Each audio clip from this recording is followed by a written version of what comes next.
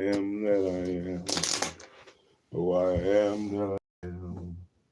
I am, I am. Oh, I am that I am. I am. I am that I am. Shalom, what up, baby? What's the business? Welcome back to the next episode of Reading with Shallow. What's up? I'm Shallow. I'm out here. I am that I am. What up? What up with it?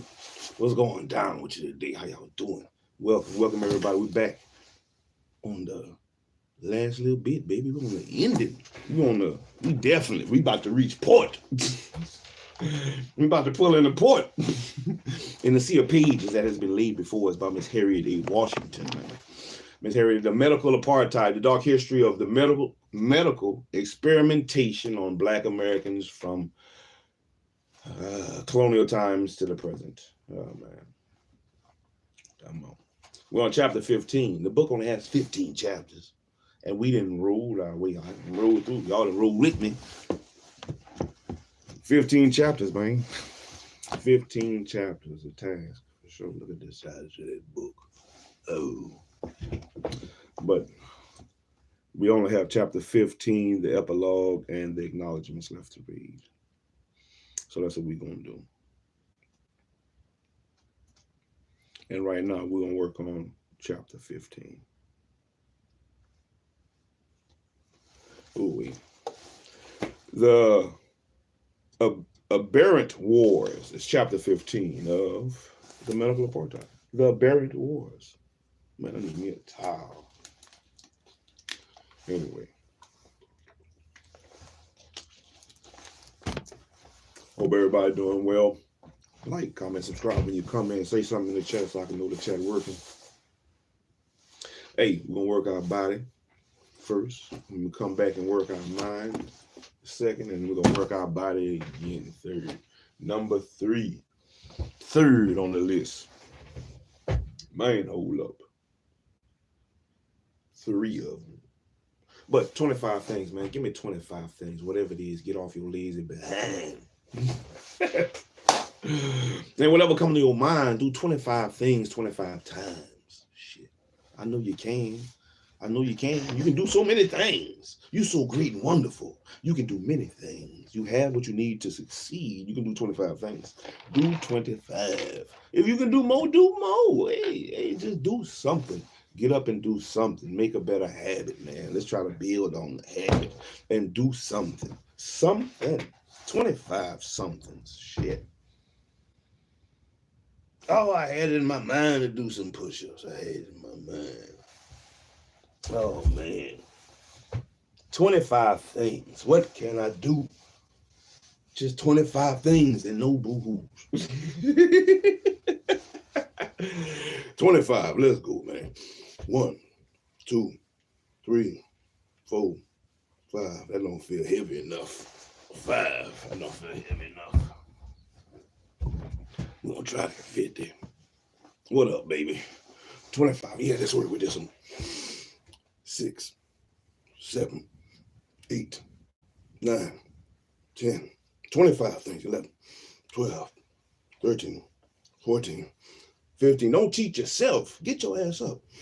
16, 17, 18, 19. There will be no improvement without work. 20, 21, 22, 23, 24. One more. 25 things. 25 things. Don't cheat yourself. Don't cheat yourself. Do 25 things. All right. We worked our body. We did something, a little something, anything. Anything is better than nothing, anything. And you have to start somewhere. Start somewhere. Anything is better than nothing. Now let's work our mind. Worked our body, let's work our mind. The Medical Apartheid by Miss Harriet A. Washington. We have been rowing, man. We have been rowing through that thing. Roll. Roll while y'all been sitting there watching me roll. I've been rowing. Medical apartheid. We're going to get to the end. Oh, if I got to get there, or be square. Medical apartheid. I'm gonna roll my way through. I'm gonna keep rolling my way through. And we're almost to the end. We're almost to the end. We're on chapter 15, the Barrett Wars. American bioterrorism targets blacks. American bioterrorism targets blacks. We almost to the end of the book. Let's see if there's gonna be 2 sessions or not. Shalom to everybody. Hey, for those who are new, most of the books that I read, this is my first time reading these books. So if you ain't read them, we read them together. 1, 2, 3, 4, 5, 6, 7, 8, 9, 10, 11, 12 pages. Ooh, 12 pages. All right, we might could break it in half. I'll work for 6. Let's work for 6. 1, 2, 3, 4, 5, 6. We'll work for that. Let's work for that. We'll try to do that in an hour. We'll see if I can get there. We'll see how the reading goes. We'll see if it flows. All right. All right, it's going to be 2 sessions, 2 episodes, part 1. This will be part 1. This will be part 1 of chapter 15, A Barrett Wars, American Bioterrorism Targets Blacks, in The Medical Apartheid by Miss Harriet A. Washington, which so far has been definitely very informative, a lot of good information, stuff that some I already knew, some stuff I didn't know. Some stuff, a lot of stuff is very likely, very believable. Very believable things. If you wasn't there, you can believe it. I don't have to be there to believe it. Oh, yeah, I believe that too. A Barrett Wars, chapter 15. American bioterrorism targets blacks. The development of molecular medicine based on our new understanding of genomics will allow a vast range of new weaponry to be developed. And among that range could be biological weapons specifically targeted at particular ethnic groups. Professor Malcolm Dandy, Bradford University, Scotland, 1999. Let me turn this down. Let me turn it down.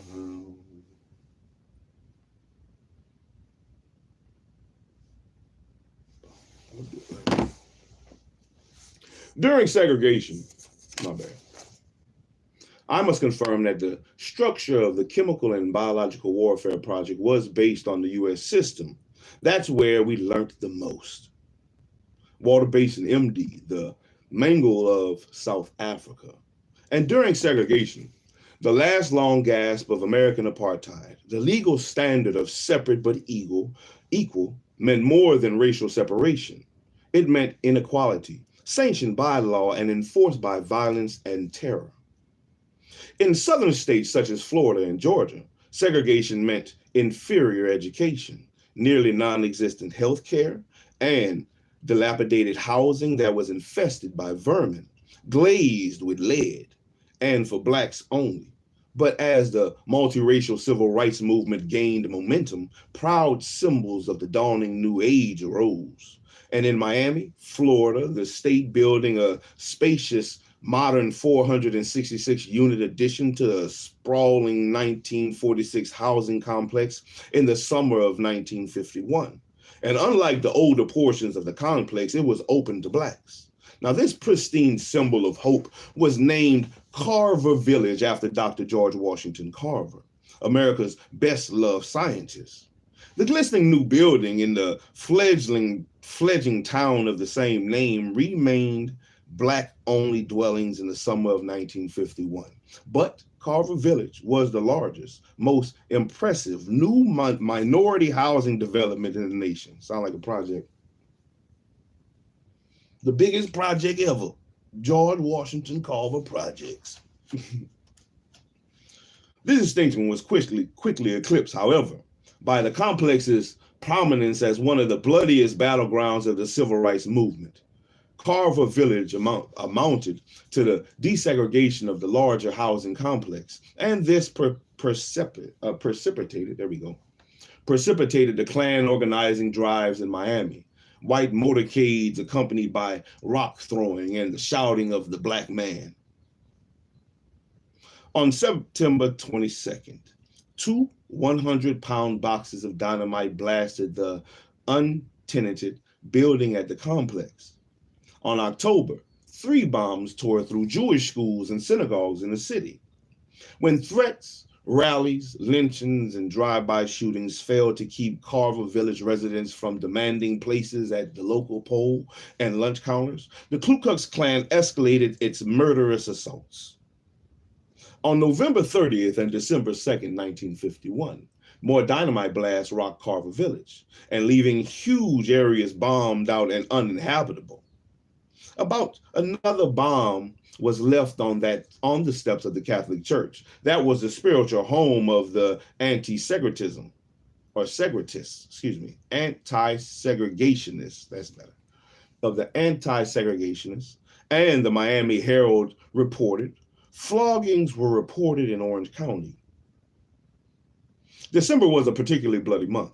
Dynamite blasts blew out windows and leveled walls of the Miami Hebrew Synagogue and Tifereth Israel Synagogue to punish Jewish sympathizers.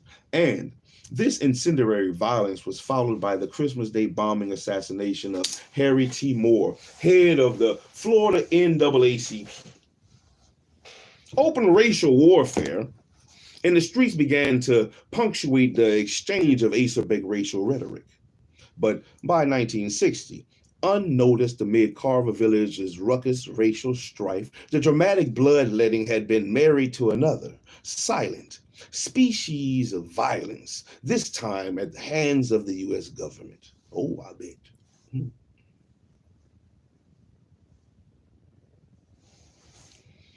Man, it's cold out my head. My lips dry.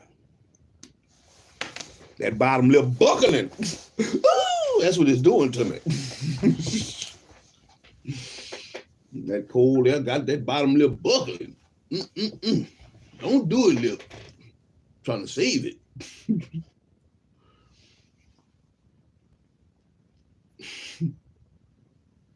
That thing trying to split open like the San Andreas. The new Madrid fault line. I don't need that.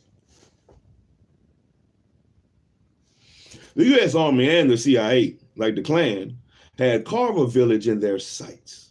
And despite U.S. insistence that it was only developing defense biological weapons, the Central Intelligence Agency in 1952 entered into a partnership to produce chemical and biological weapons with first strike capability.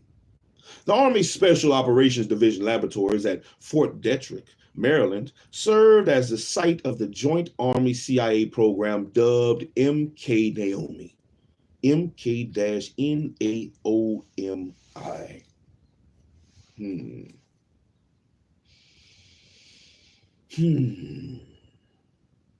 Fort Detrick Army Chemical Corps laboratory bred more than 4 million mosquitoes per day. You dusty foots. And released them in hordes around Florida, including near Carver Village. This was an experiment to determine whether these droning syringes of the wing disease vectors in medical parlance, parlance, in medical parlance,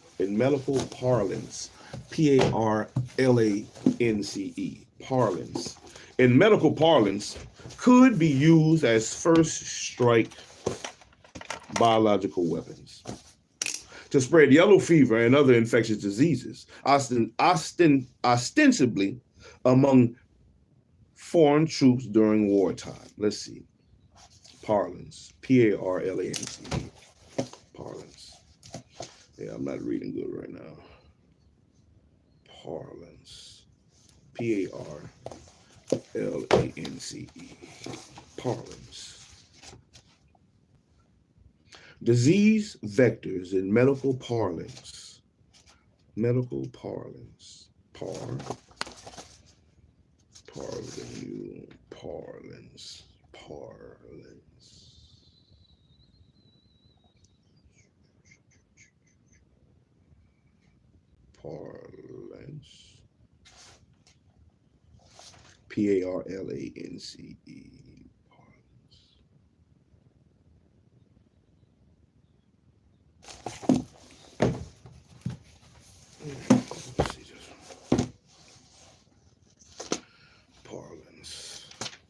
What is medical parlance? Parlance. Parachute. Parlay. Parlance. There we go. Parlance. Manner or mode of speech. In a medical manner of mode of speech. Disease vectors.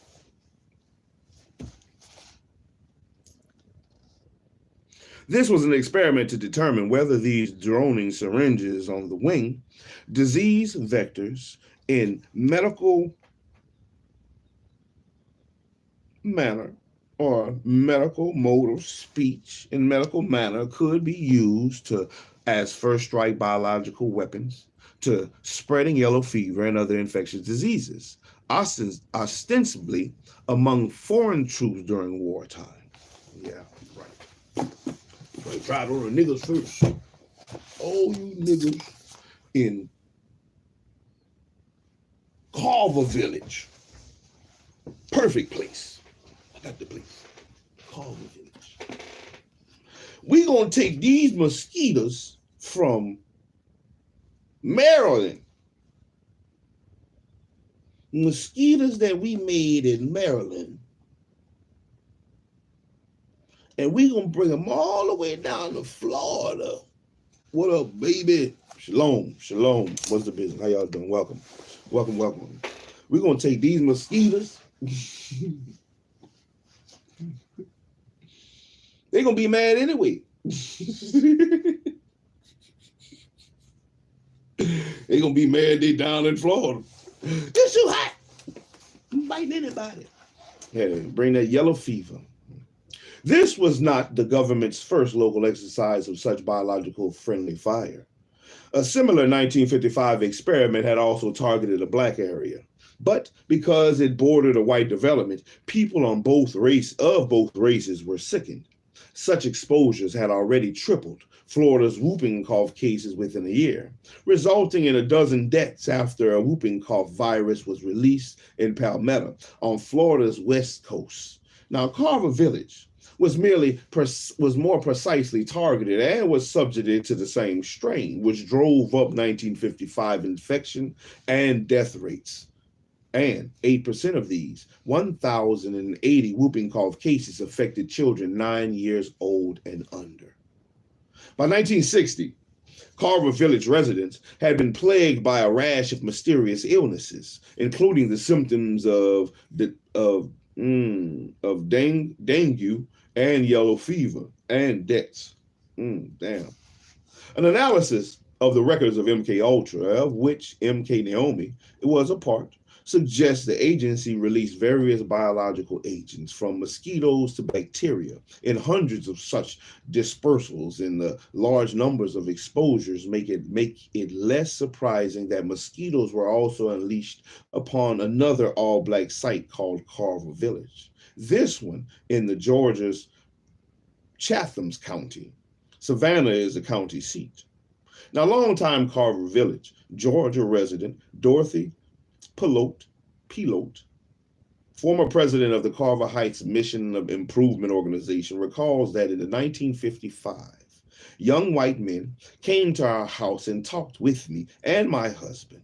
They said that they were doing a study on mosquitoes and wanted to place a trap in our backyard to see how far they had spread in our area. But they didn't go into detail. They lied. They said one thing when they were really doing something else. I had figured that they were from the health department. And later, when people started getting sick and dying, I spoke with the several people who recalled these boxes being placed in their backyards. After the study, they came back and got the boxes from my backyard. In 1979, Pilote also told the Atlanta Journal that between April and November 1956, the Army conducted a survey of residents to determine how many had been bitten by mosquitoes. But nothing was revealed to us until the 80s. I could not believe it. But those people used us as guinea pigs. And after the story broke in the 1980s, victims came forward. But news accounts tended not to name them. And in 1956, for example, one unnamed black woman had fainted after a swarming dark cloud of mosquitoes covered her thickly. She had to be taken to a hospital where medical workers wondered at the bite marks covering her body. 20 years later, she still could not walk unassisted.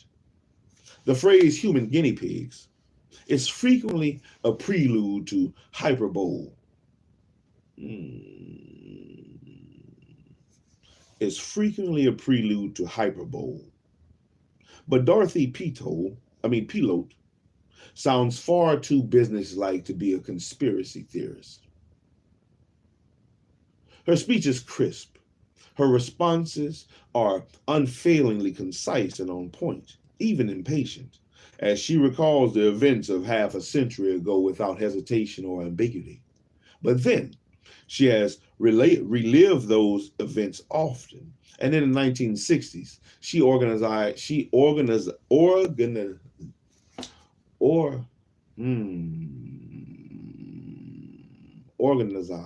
that's not it, organized, there we go. She organized, how was I flipping that? In the 1960s, she organized the residents in the attempt to understand the mosquito experiments, and 20 years before evidence of their true nature surfaced. The spikes in local disease and deaths convinced the Army, the CIA consortium, that the infected mosquitoes would indeed make an effective biological weapon against the Soviets, and who had no medical capability for organized massive vaccination programs. Who are they trying to get them boys? See, this is why they can't be trusted. Shit, I don't know.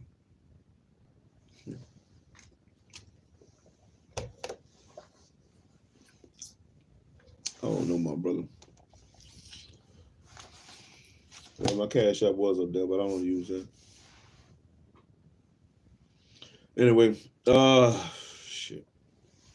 In 1973, my bad.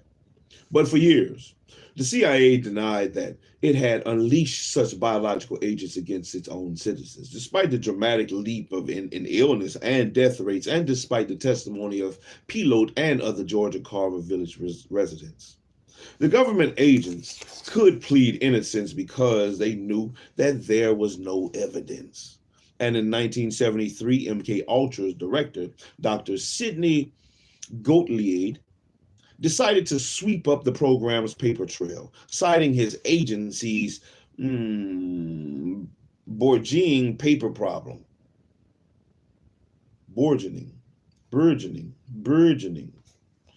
Just citing his agency's burgeoning paper problem. One can argue that he really intended to erase all traces of MK Ultra's nefarious experimentation in the wake of the intense media and popular scrutiny of Cold War medical aggression by the government against its own people. Let me see if I'm pronouncing it right. Burgeoning. B-U-R-G.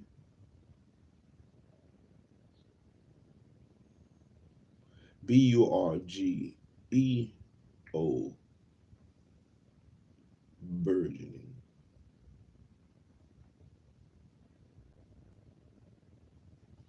My bad, I cut the volume off.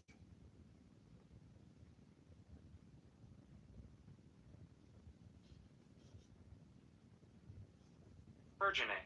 I was right. Burgeoning. I'm out here. Burgeoning. That's burgeoning agency. He cited his agency's burgeoning paper problem. One can argue that he really intended to erase all traces of MK Ultra's nefarious experimentation in the wake of the intense media and popular scrutiny of Cold War medical aggression by the government against its own people. And during the late 1960s and the 1970s, as has been detailed in earlier chapters, the media revelations of the government's unethical prison experimentation, the Tuskegee syphilis study, and the XYY experiments with black boys in Baltimore outraged the nation. Such research scandals were generating headlines and restrictive new laws. Reporters were alive to the news value of just the sort of Frankenstein research that Gottlieb's team has been promulgating with tax dollars, from the electrodes implanting into the brains of black prisoners by Harry Bailey, MD, to the mosquitoes that invaded Carver Village. Gottlieb was not eager to join his erstwhile colleagues in the Klieg, K-L-I-E-G, in the Kleiglights. Also, the new legal restrictions had ended the carnival-like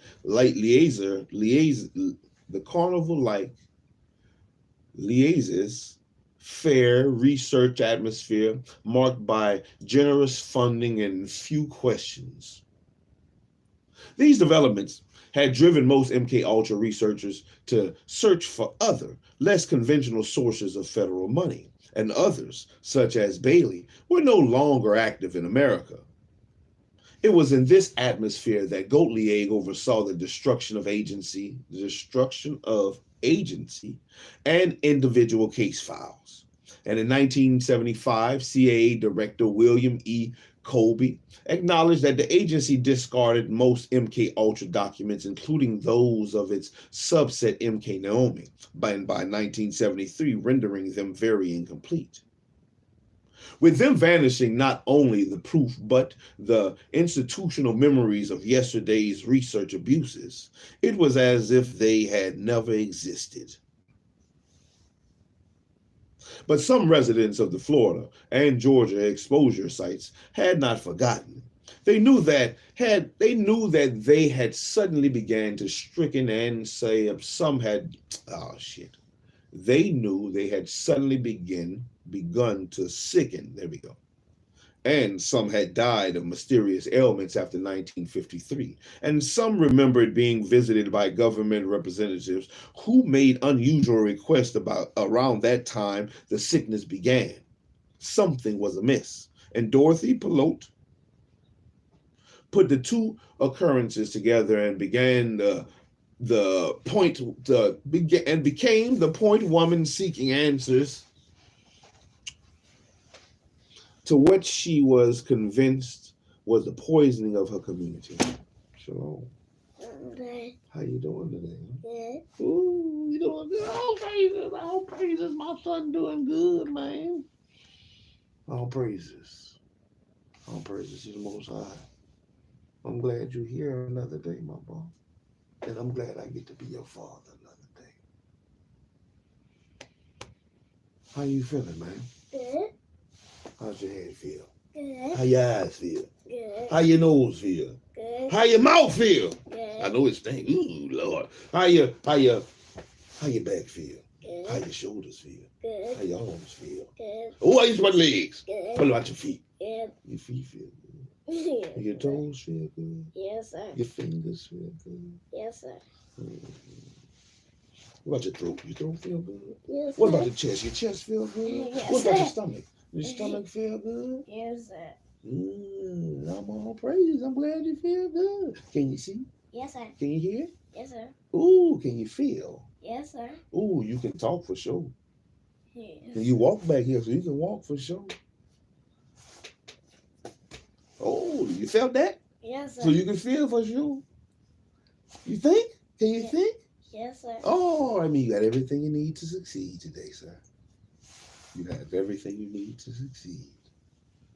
So what do we have to do today? Succeed. Yeah. Succeed. And whatever we do, we have to succeed. You know what you need to succeed at doing first now? You sure right, boy. Succeed at brushing them gophers. Brush them.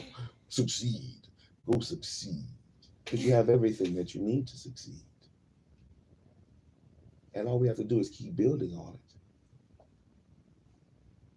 We have the ability to build on it. Do you not? Do you have the ability to build on what you know?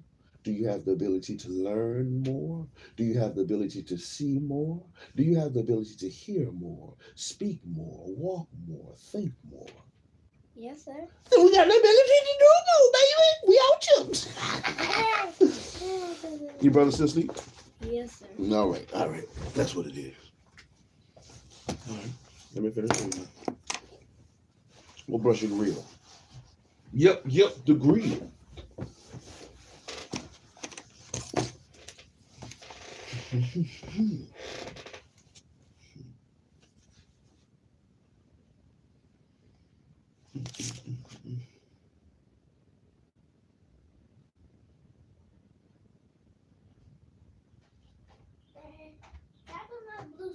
Yes, sir. Go ahead, man. Yes, sir. But some residents of the Florida and the Georgia exposure sites had not forgotten. They knew they had suddenly begun to sicken, and some had died of mysterious ailments after 1953, and some remembered being visited by government representatives who made unusual requests around the time the sickness began.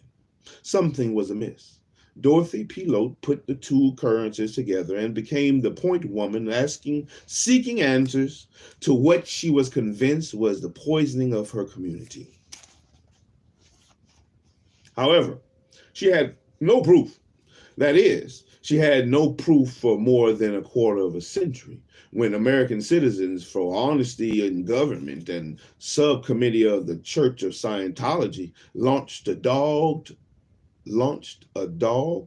ambitious investigative report into MK Ultra's activities. American Citizens had, for honesty in government, collected the heavily censored documents and collected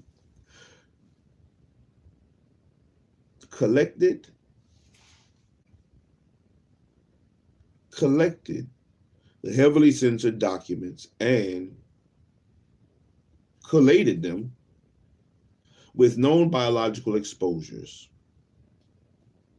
Collated.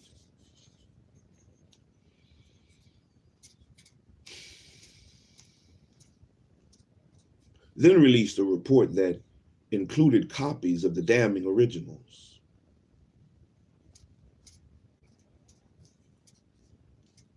I wonder if it's supposed to be collaborated. Collaborated them with known biological exposures. Collated them.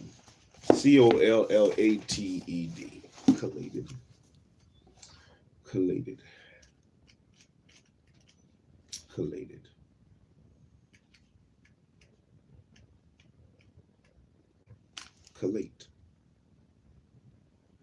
Collate. Collated.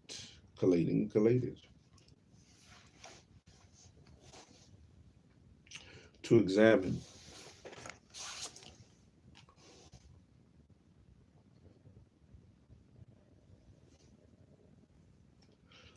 examine a text closely against another, to put pages in correct order. Collate. Collated.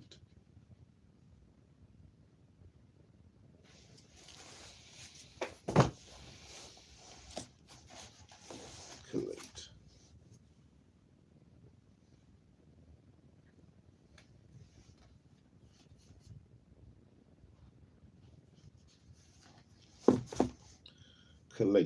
Collated. COLLATED.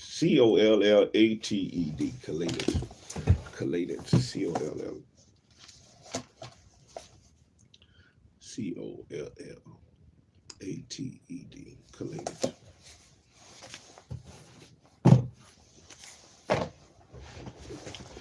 and collated them with known biological exposures, then released a report that included copies of the damning originals. They repeatedly used Freedom of Information Act requests to obtain the detritus of Goliad's purge, only to discover that all of the escaped destruction, all that escaped destruction were some folders full of most mundane material imaginable.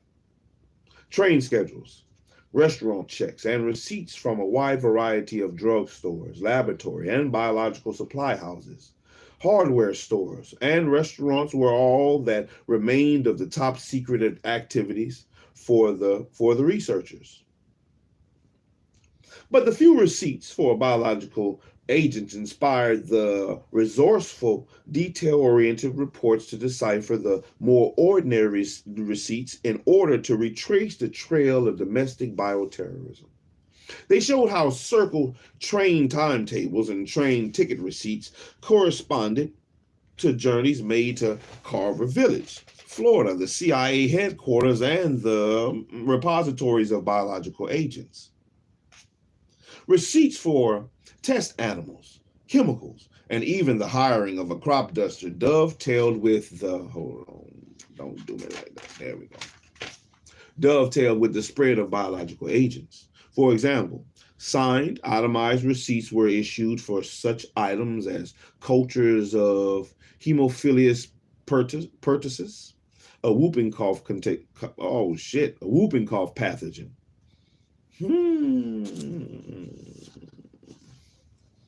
For example, signed, itemized receipts were issued for such items as cultures for Haemophilus or Haemophilus pertussis,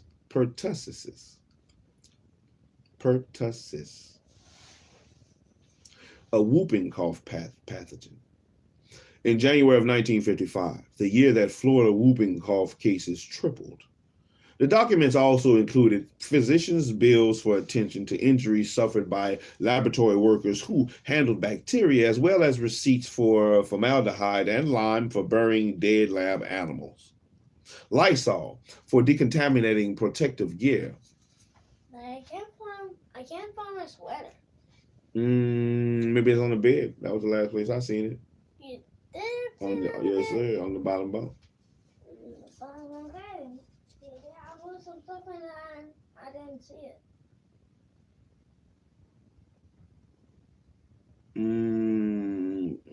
Go looking.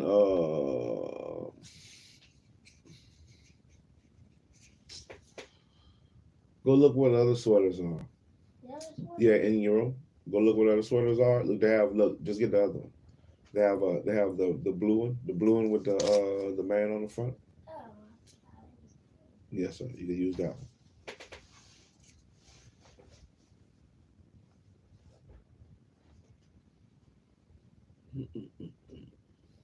If you can't find it, I'll come get it. Just look for it first. If you can't find it this time, you come back and let me know, and then I'll come get it for you.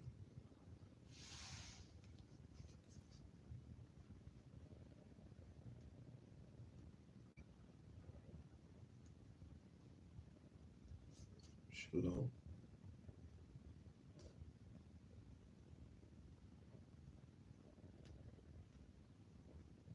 There we go.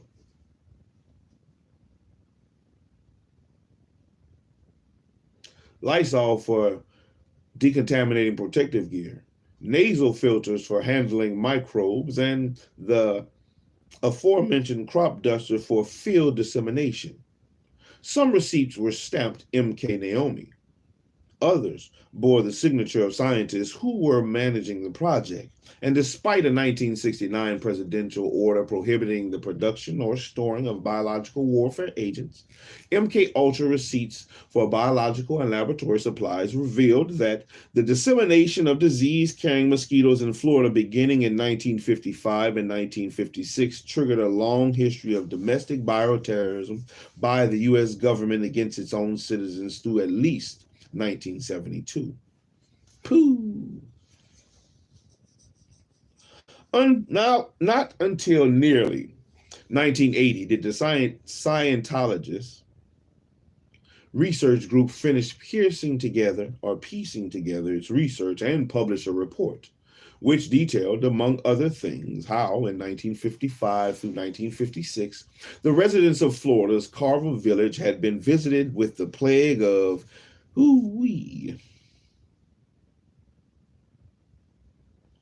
Aedes aegypti mosquitoes. Aedes aegypti mosquitoes. Aedes.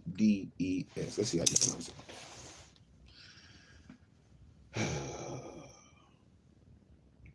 Aedes aegypti. Aedes.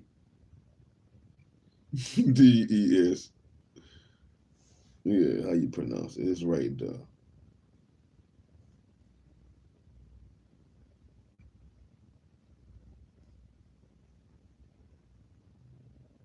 Let's pronounce it. Give me the regular pronunciation. Shit.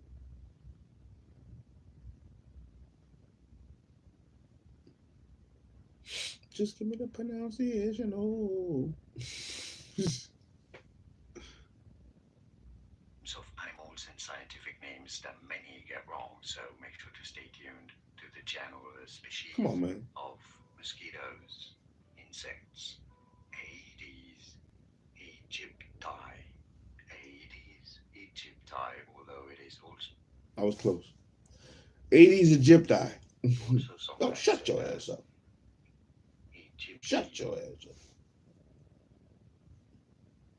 I want to get flagged for you. Aedes aegypti.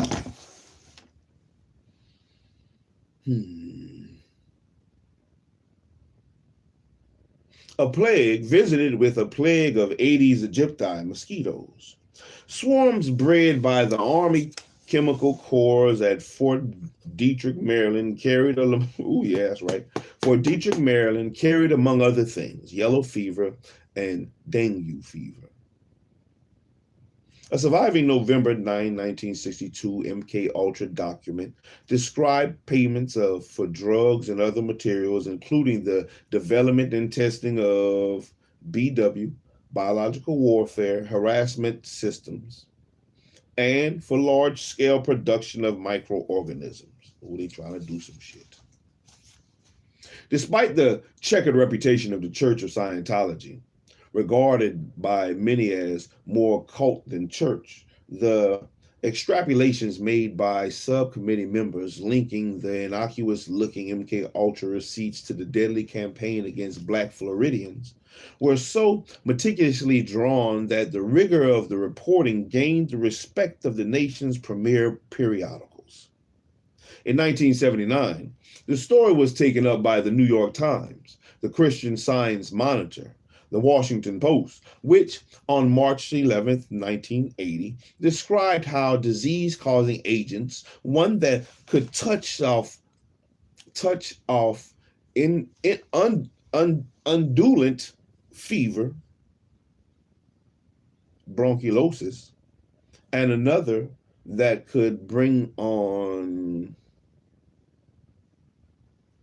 tularemia,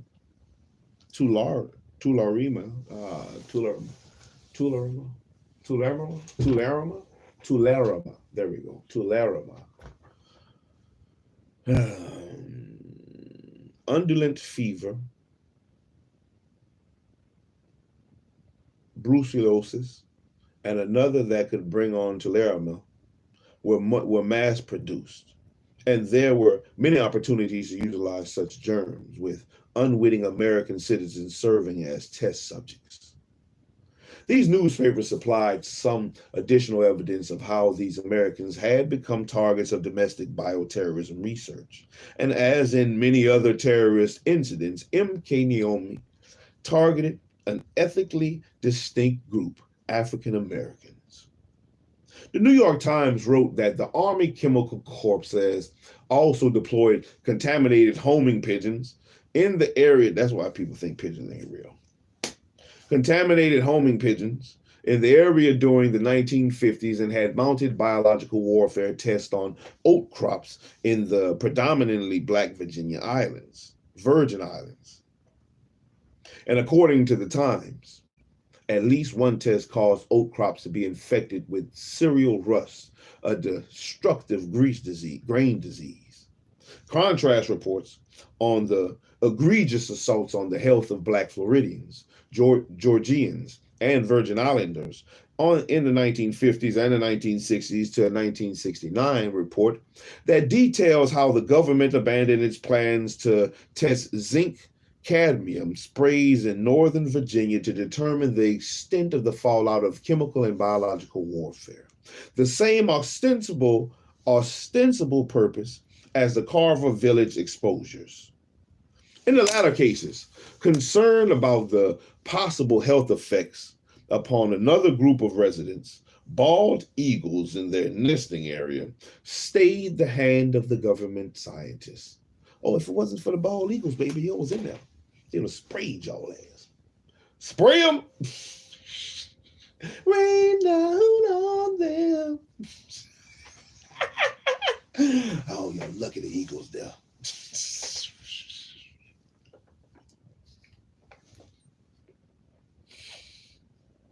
I bet they couldn't wait to press that button. Oh, y'all lucky them eagles there. I would have sprayed y'all ass. You know, ain't nothing for me to spray nobody. I've been spraying niggas since '69.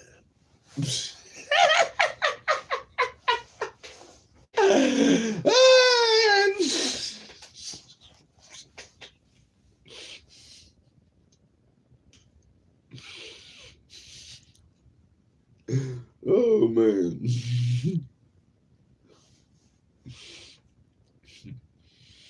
Unfortunately, these southern exposures were no insulated or isolated incidents. For decades before and after, blacks have been subjected to U.S. mandated or U.S. mediated bioterrorism perpetuated by American scientists at home and abroad. It don't matter where you go, baby. You can run, but you can't hide. You could be in the dark or the sunshine. We gonna find and put this shit in your spine. We might spray it on your head. We might stick it in your arm. But guarantee wherever we get you, you best believe we trying to do you harm. You could smile at us and laugh and giggle.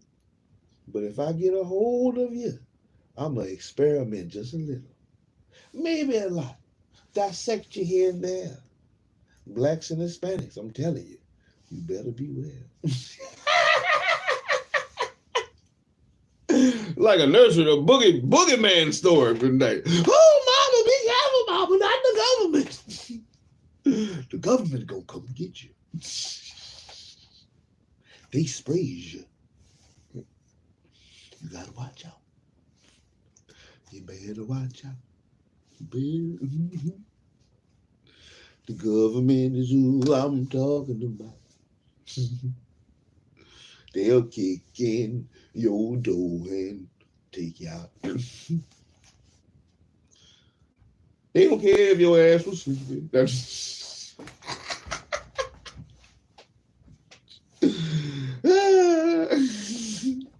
or if you're not at full grandma, wide awake.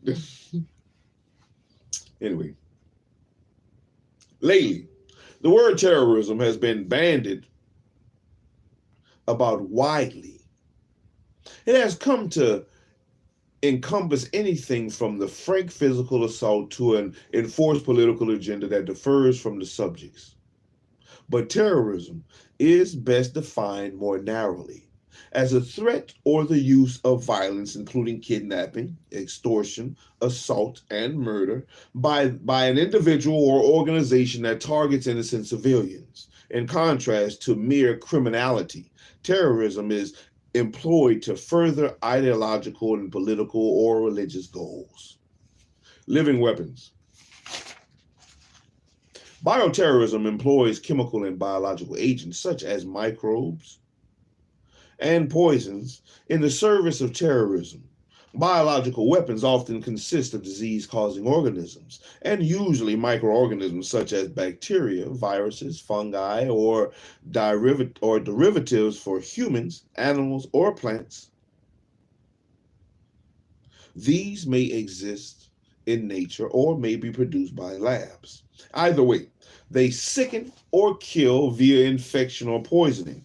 But nuclear weapons and other chemical agents are also agents of bioterrorism because they can poison biological entities. For example, via radiation poisoning, as well as kill them outright.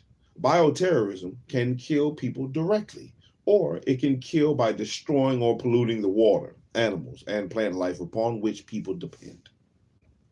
During World War II, the United States and Great Britain understood the training of South African military personnel in chemical, undertook the training of South African military personnel in chemical and biological weapons, CBW, development and strategy.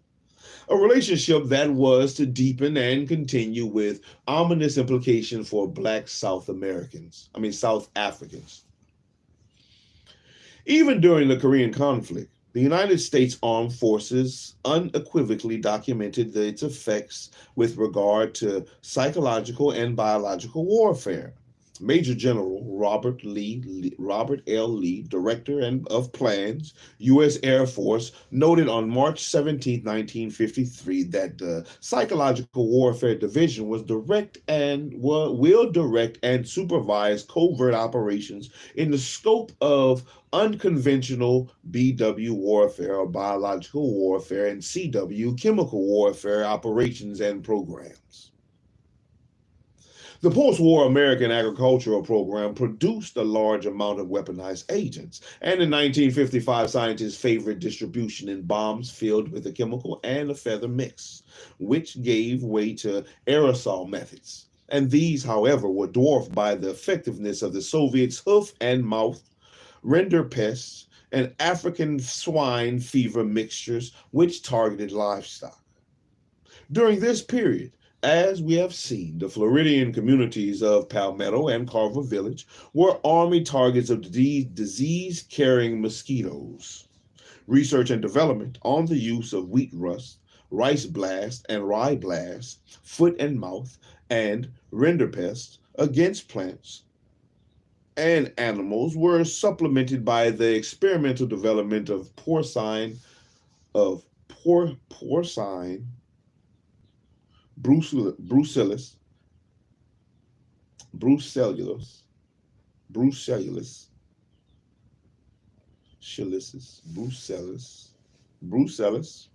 anthrax,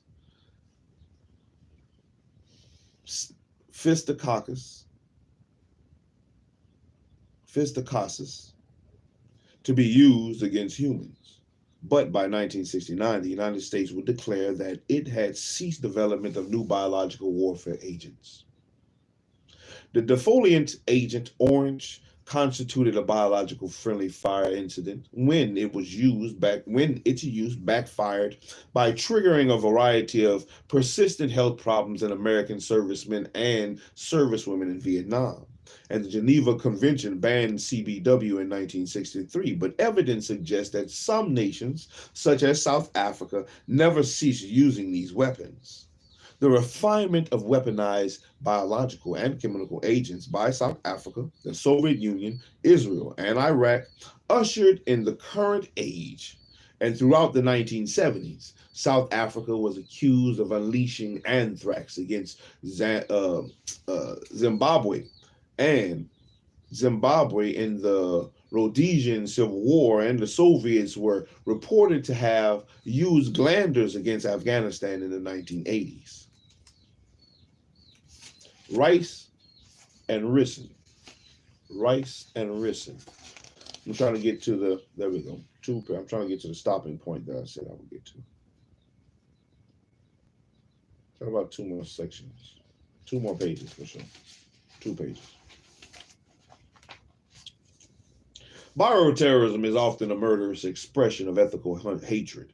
in the United States and in the South Africa under apartheid. This hatred has been racial in nature, whether white Rhodesians poisoned communities of its black majority or white American Christian supremacists modeled on the Klan targeted African Americans.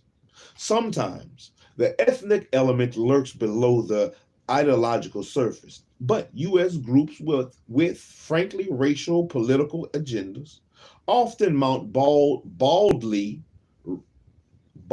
racial attacks. Baldly? Or is it boldly? Baldly racial attacks. The chief aim of today's violent cults are not only political and social fanaticism, but also genocide. And unsurprisingly, right-wing extremists devise most domestic acts of bioterror against blacks. For example, in 1987, the Arkansas white Christian supremacist group known as the Covenant, the Sword, and the Arm of the Lord amazed 30 gallons of potassium cyanide to poison urban water supplies throughout the nation. They relied upon God, they said, to ensure that only blacks, Jews, and non-believers would expire.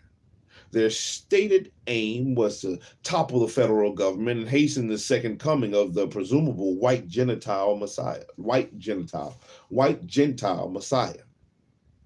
Before the covenant could complete this curious act of biological faith, the FBI infiltrated it and arrested the ringleaders. And in 1989, yet another group of violent racial extremists deployed a gas bomb that injured 8 people in the Atlanta office of the NAACP.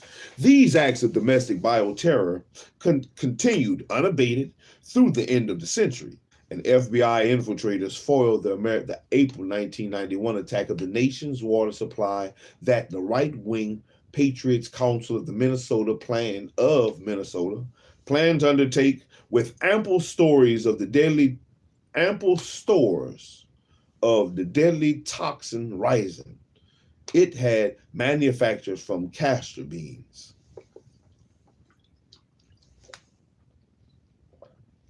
In 1955, yet another American neo-Nazi group stockpiled bubonic plague, apparently purchased from a Maryland firm. I wonder if it's the same Maryland place that, for Dietrich.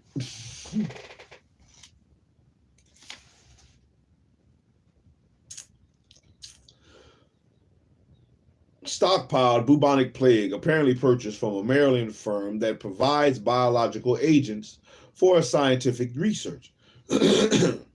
But even leftist radicals have targeted blacks through CBW, and in fact, the first legally proven fatality from domestic bioterrorism was in 1973. Murder of West Oakland School Superintendent Dr. Marcus A. Foster, an African-American who was felled by a cyanide-tipped bullet from the arsenal of the Symbionese Liberation Army. According to the Bulletin of the Atomic Scientists, the FBI had mounted 74 investigations involving domestic, chemical, and biological warfare and nuclear attacks by 1997. The next year, cases ballooned to 181 investigations, and approximately 40 of these were deemed credible threats. But the press reports have tended not to categorize such coordinated domestic genocidal aggressions as bioterrorism, but merely as bizarre weapon attacks by the lunatic fringe. Small violent groups of every stripe embrace CBW as the poor man's nuclear weapon. Easier, cheaper, and churning more pervasive anxiety than a gun or a bomb. Today, the most notorious pathogens that threaten humans are Yersinia pestis, which causes bubonic plague, Bacillus anthracis, which causes anthrax, and viruses such as Varroa, the causes of smallpox, and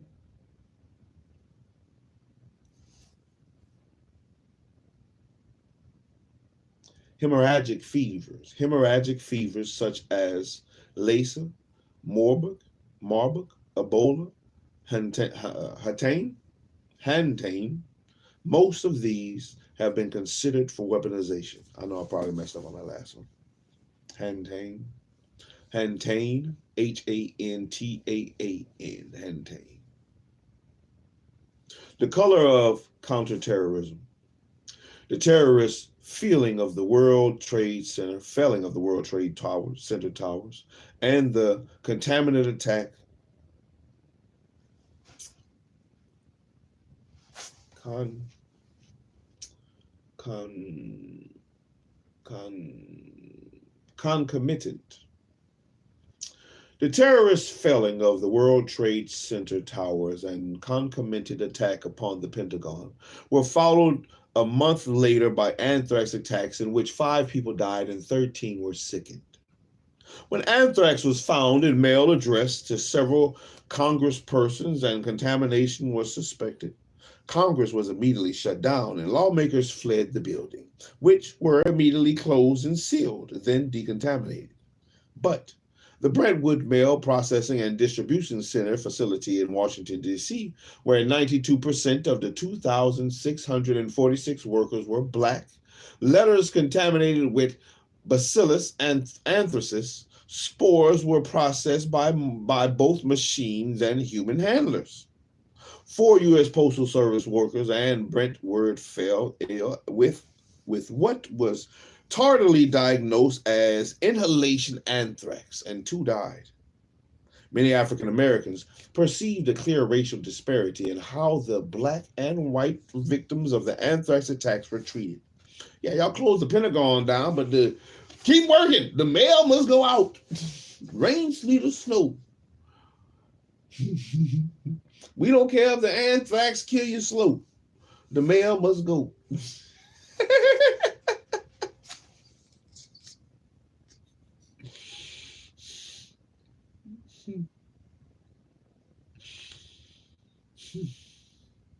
Many African Americans perceived a clear racial disparity in how the Black and white victims of the anthrax attacks were treated. And thousands of D.C. area postal workers may have been exposed to anthrax spores from contaminated letters such as those mailed by Senators Thomas A. Daskell and Patrick Leahy. Although inhaled anthrax is 89% fatal, 3-day delay intervened before these workers were treated with a 60-day course of antibiotics. And afterward, postal workers were offered the same experimental anthrax vaccine that was being tested on U.S. soldiers without their consent, which is discussed in the epilogue. But instead of a clear recommendation from government physicians, postal workers were told that making the complex decisions to risk the experimental vaccine and its possible side effects was their own responsibility. Prominent epidemiologists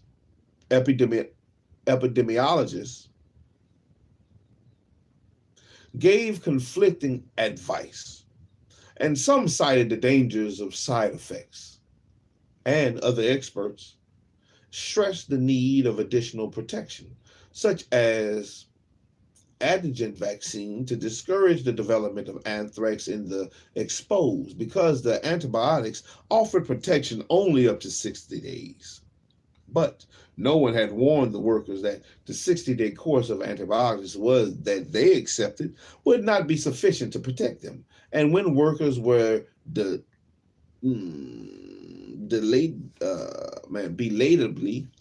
belatedly told of this and offered the experimental vaccine to supplement the antibiotics, this fed rather than dampened or damped their suspicions. Oh man, come on, SHILO.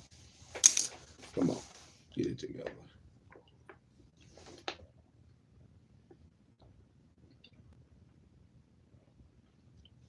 This offer of a vaccine also seemed to contradict government assurances that the facilities were perfectly safe.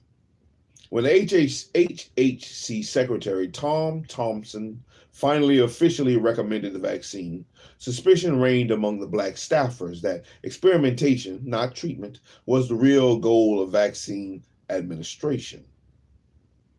The situation was not improved when Washington, D.C. Health Director Ivan C.A. Walks and Mayor Anthony Williams advised workers to shun the vaccine because of its side effects and unproven efficiency. There was a public perception that people on Capitol Hill got treated quickly and effectively and lost no one, while the perception in Brentwood was that people were ignored and lost 2 co-workers, said Walks. The coverage by Black Enterprise, a highly respected financial magazine, was entitled Cures for the Privileged. Nor did the Washington Post shrink from reporting the racial nature of the distrust. Using words like guinea pigs and references to Tuskegee experiments, postal workers, many of whom are African American, said that 2 times now the Bush administration has relegated them to second-class citizens. These are the same guys that told us when the Daskell letter went through that it was perfectly okay to go into Brentwood, said Aisley Jaffer, the Postal Service's vice president for communications. Now, meanwhile, 4 machines at New York City's Morgan Station Center tested positive for anthrax, prompting the union to demand its closure and decontamination before workers returned. They too cited the alacrity with which congressional representatives had been evacuated and Congress was adjourned to nullify the risk of contamination. But the USPS responded with a 10-day supply of Crypro, latex gloves, paper masks, and a refusal to test the employees or to close the facility. It's absurd. It's criminal. There are live spores in these machines, protested one union representative who refused to return to work. And by November, 30% of the facility's employees had joined him in boycotting the postal facilities. In the end, only the machines, not the buildings, were decontaminated. The New York Area Metro Postal Union's president, Willie Smith, an astute and plain-spoken everyman, laid the case of resentful postal workers, many of them black, were simply asking the post office to close the building and make sure it's safe.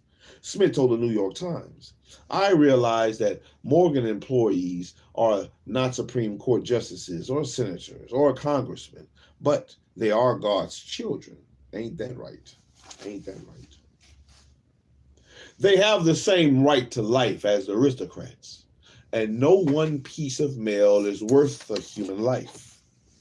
It remains to be seen how much the Defense Department domestic preparedness program's $40 million allocation for 120 U.S. cities will be used to protect the largely African-American postal workers who believe themselves on the front line of domestic bioterrorism threats.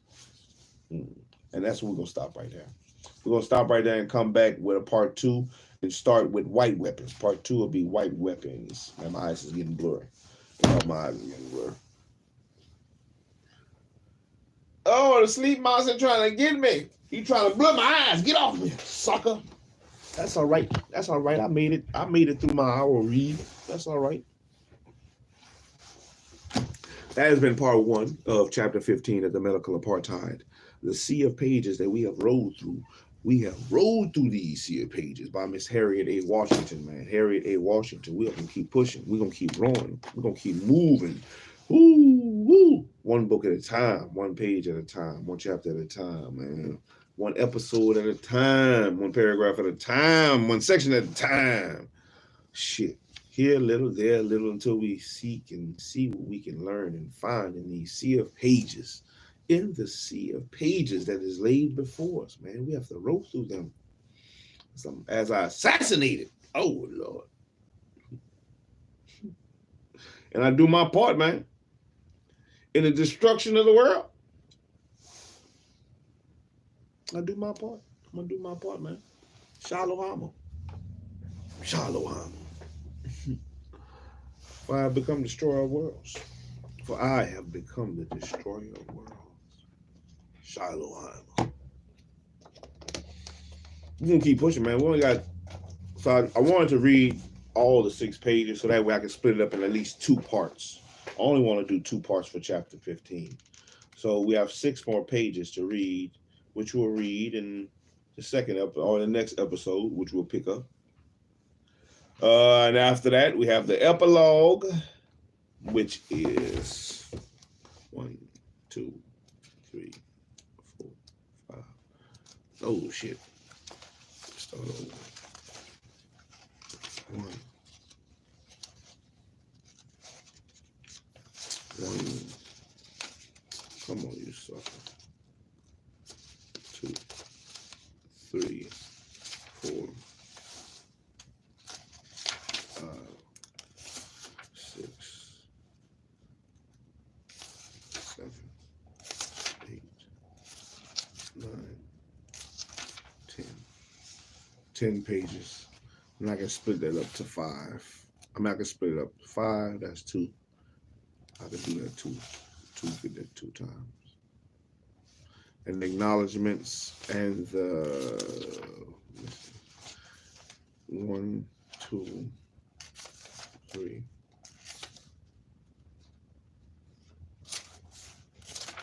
That's it. The acknowledgements 3 pages.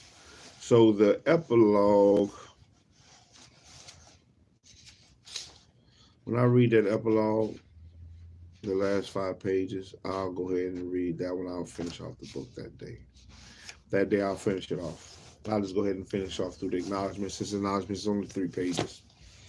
Since only 3 pages after, so we'll keep pushing. Keep on rolling. Oh, man. We worked our body, worked our mind. We're going to work our body again. We're going to work our body again. Let me see this cash out. Man, like, comment, subscribe. Anybody. I mean, whoever on there, like, comment, subscribe. Tell your people, man. Tell them out here. Shout out here reading shit. Out here.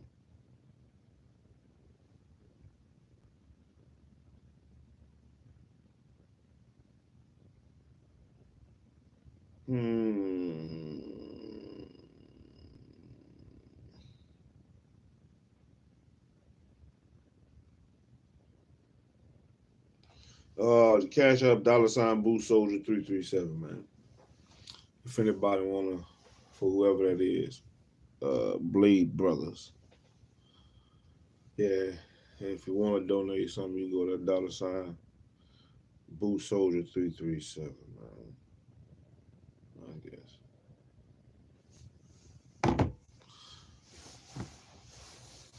Well, you can send it to my PayPal. Well, we'll check that, see what that's talking about. If you really want to send something, send that thing. But yeah, we're gonna keep pushing. Oh, my bad. No, we gotta keep pushing. We do have to keep pushing. We gotta keep pushing and do something. We gotta do something. We did 25 things to start. 25 things to start. Now we gotta do 25 things to end. 25 things to end. It don't matter what it is, man. 25 south side, 25 headbutts, 25 elbows. Just get you something to elbow. Elbow 25 times. I advise you do more than 25, but if you're gonna do the elbows.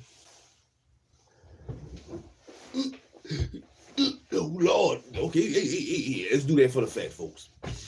The FFs. Oh, you gotta start somewhere, baby. Start somewhere. Somewhere. Do something. Hands up. Head, shoulders, knees, and toes.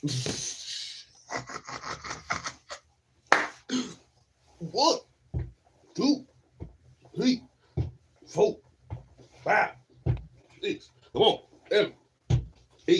sitting on your ass right now. 9, come on, get kicked. 11, come on.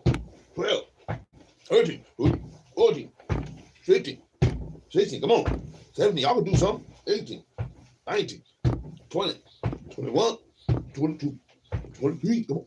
24, 25, come on. 26, 27, 28, come on. 29, 22, come on. 29, 22, shit. 30, 31, 32, 33, 34, 35, 36, 37, 38, 39, 40. Ooh, I'm in there, 40. 10 more. 10 more. Where I'm going, I'll go this side. 41, 42, 43, 44, 45, 46, 47, 48, 49. One more. 50 on them boys. I'm out here. 50 of them things. What you did? Nothing. You better did something. Come on, do something, shit. Do something. 25 somethings, 50 somethings, 100 somethings. Do something. I'm out here. I'm out here. I am that I am. I am that I am. Well, I'm gonna see, man. I got some new books in. I don't know which one I want to read. Well, I think I do. A lot of this started off because of the medical apartheid. I read that one because I got it because of Godfrey, the comedian Godfrey. He suggested this one and On the Real Side, which we've already read. So I just got in.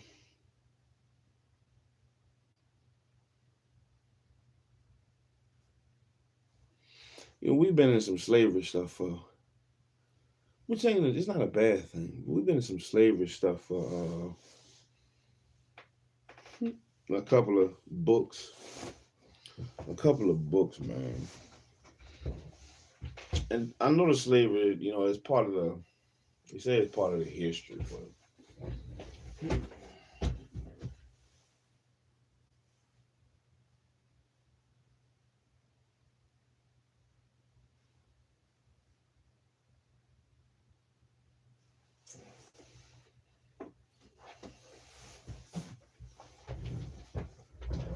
I think I'm gonna read this one next.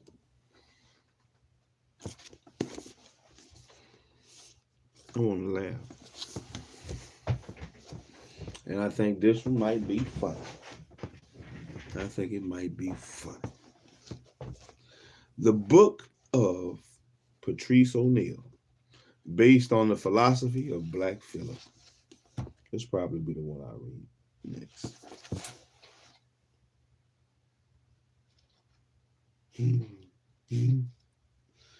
I'm laughing thinking about it. Eee, I like that.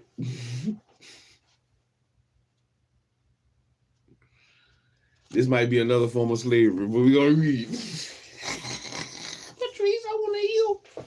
I got some other books too. I got quite a few books. I got some books on the stuff on the outside the ice wall, which I do want to read. Definitely got some books I want to read. I got, what are the books I got recently? The Black Indians. I want to read something on that. I got the Black Indians and the Black West, book on the Black Cowboys. What else did I get? Well, I got the Cave of Nagas. I want to read that one as well. That one is something I want to read.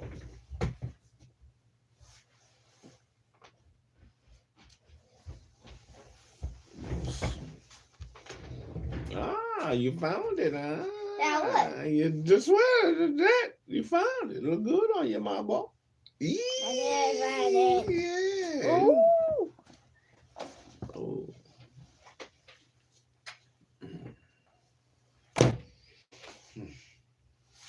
My boy. I love you, my boy. You too? All right, the Cave of Nagas. I also want to read this one. Yeah. The Kebra or the Book of the Glory of the King of Kings, is an account written in Ge'ez of the origin of the Solomonic line of the emperors of Ethiopia. The text, in its existing form, is at least 700 years old and is considered by many Ethiopian Christians and Rastafarians to be an inspired and a reliable account. Not only does it contain an account of how the Queen of Sheba met Solomon and about how the Ark of the Covenant came to Ethiopia with Menelik I, but contains an account of the conversion, of the Ethiopians from the worship of the sun, moon, and stars to that of the Lord God of Israel, as Edward Uhlendorf explained in the 1965 Switch Lectures. The Kebra Nagas is not merely a literary work, but it is the repository of Ethiopian national and religious feelings. Definitely want to read that one. That's on the list to read. I just don't know when, but yes, I definitely want to read this one. That one's going to be next. Takazi. So I didn't know which one for sure to get in that one. I have.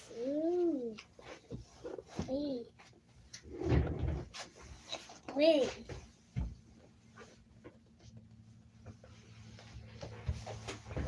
This is the other one that I got, but it's in Amharic, and I don't know. Whoa, Nelly! Great Jesus Ghost! Jumping Jehoshaphat. It's in Amharic, and I don't. Oh shit! Oh no! And I don't know how to read Amharic. And this also is the Kebra Nagas. This probably is what the one I'm actually looking for, the one I'm trying to read, but it's in Amharic. If you can see the lettering, the Amharic lettering. So. Oh, that doesn't know how to read that one. No, sorry, I don't know how to read. And inside it, I don't know how to read the Amharic. It's so hard to read. I got this one as well, but I don't think this one is going to give me what I'm looking for. But it still will, we'll see. Oh gosh. We will see. We will see. We'll see what it does and what it's talking about at some point. At some point. But most likely the next one on the list will be the book he's holding. Let me see that book, man. Will be the Patrice O'Neill book, based on the philosophy of Black Phillip. We'll see. We're gonna see. But first things first, man. We got to keep rowing. We have to roll through. We have to finish rowing through the book we have at hand, the sea of pages that's already laid before us. We can't worry about the next journey yet. Let's finish this one. The Medical Apartheid by Miss Harriet A. Washington, which we're doing good. We are doing good right now. We're moving along wonderfully. Wonderfully. We got episode 2, or part 2 on the next episode of chapter 15. Then we have the epilogue. Will probably be 2 parts to that. And that'll be it. The epilogue and the finishing of the book. So let me put this up. Excuse me, sir. Get you.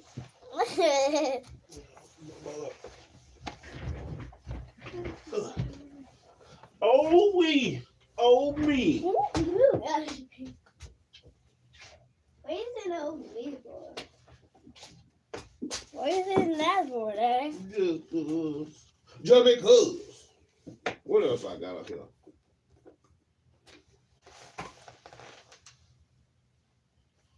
What else new? Yeah, I got some stuff new. Yes, sir. I got some new books. Wait, No is this book. the books you had? Is this the book that somebody sent you? That's one of the new books. Yes, sir. It's one of the new books. Right. Wait. Patrice O'Neill was a comedian, actor, and social commentator. known for his raw, unapologetic humor and deep insights into relationships, masculinity, and society. His comedy was characterized by his fearless approach to taboo topics, particularly around male female dynamics, and his ability to blend humor with sharp, well, I'll get you like a goldfish, sharp social commentary. He challenged societal norms, empowering men to reclaim their confidence while offering unfiltered truths that made audiences both laugh and think. This book is packed with the cold hard facts about relationships that no one else is brave or crazy enough to say out loud. If you're tired of losing your balls in every relationship, it's time to man up, laugh your ass off, and take back the power. Warning, feelings might get hurt. Not yours, though, unless you're soft. If you're tired of getting played, struggling with dating, or just want to keep your sanity while dealing with women, this is your go-to guide. Filled with Patrice's no-holds-barred wisdom, this book dives deep into the uncomfortable realities of relationships with humor and brutal honesty. These from chapters like men, money, and money is our pony, to why women are attracted to assholes, to buttholes. That's why I didn't want to say it. You'll find yourself questioning every romantic choice you've ever made. Yeah, you're not gonna be able to be up here when I'm reading this one. Yes, sir. You're not gonna. No, that's not new. It's an old hat, boy. Just I don't wear it all the time. Everything is new. It's old. I keep my stuff for a long time. It's my stuff. I take care of my things. You gotta learn how to take care of your things too. So when people see stuff you've been having for years and years and years, they be like, "That's new." No, it's old. Come on, babe.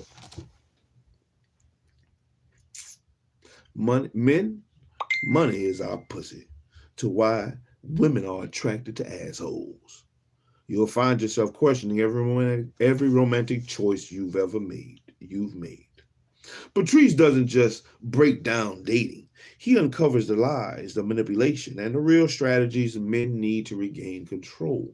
Explore why men settle and discover why chasing peace over hot looks might be your best move yet.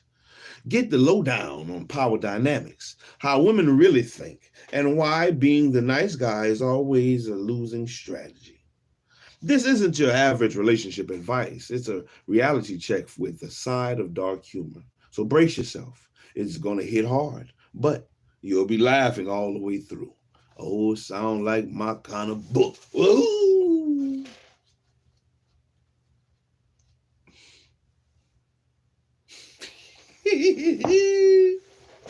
Oh, baby. I can't wait to read this one next. Yeah, this one will be the next one on the list. The following highlights additional examples of masculine and feminine traits. Masculine negative, masculine positive, female negative.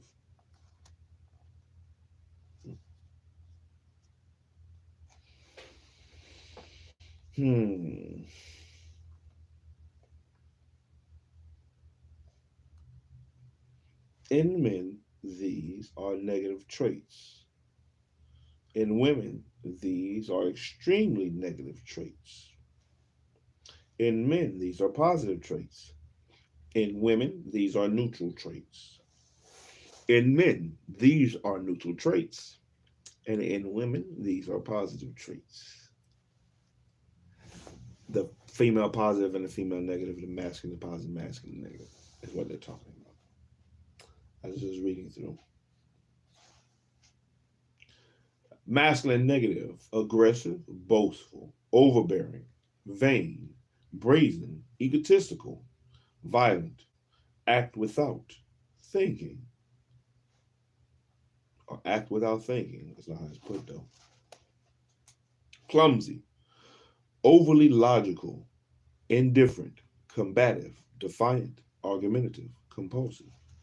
feminine negative, shy or timid, spacey, flaky, drama queen, insecure, gossiping, hysterical, passive, think without acting, fragile, illogical, noisy, obsessive, frightened, indecisive, complaining. In men, these are negative traits. In women, these are extremely negative traits. I can believe that. Yeah, but we'll come back with that. I don't want to get started in this yet. I just looked into it. Ugh.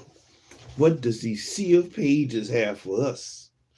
Ooh, we're gonna find out, Mr. Patrice O'Neill. Who is this book by? By Khalid Isaac. Isaac. Khalid Isaac. The Book of Patrice O'Neill, based on the philosophy of Black Phillip, by Khalid Isaac.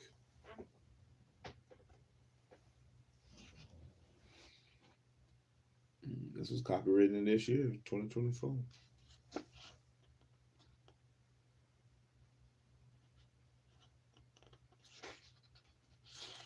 Yeah, I think this is gonna be a good one right here. We're gonna see how this one floats, how we flow, how we roll through this one. When we get to it though. Oh, oh.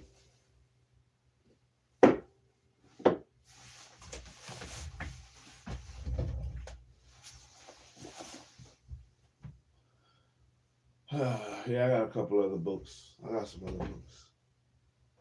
We'll see. Those will come along later. We'll get to them later. But today, as so far, we've been here long enough, man. We did everything we need to do.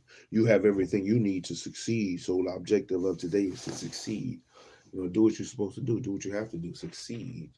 If you could think, if you could see, if you could hear, if you could move and walk and talk, breathing, you have everything you need to succeed today. So let's jump on a mission. We done worked our body. If you did something, I worked my body. I don't know about you, but if you did something, you're supposed to work your body. If you listen, you work your mind. You thought, pondered on some things, you worked your mind. And at the end, you did 25 other things at the end, and you worked your body again, man. Good habit to build. Let's keep building. Keep building, keep growing. So I hope you have a wonderful day, man. Like, comment, subscribe, tell you people, man. I'm out here reading shit. SHILO. Till next time. Shalom, everybody.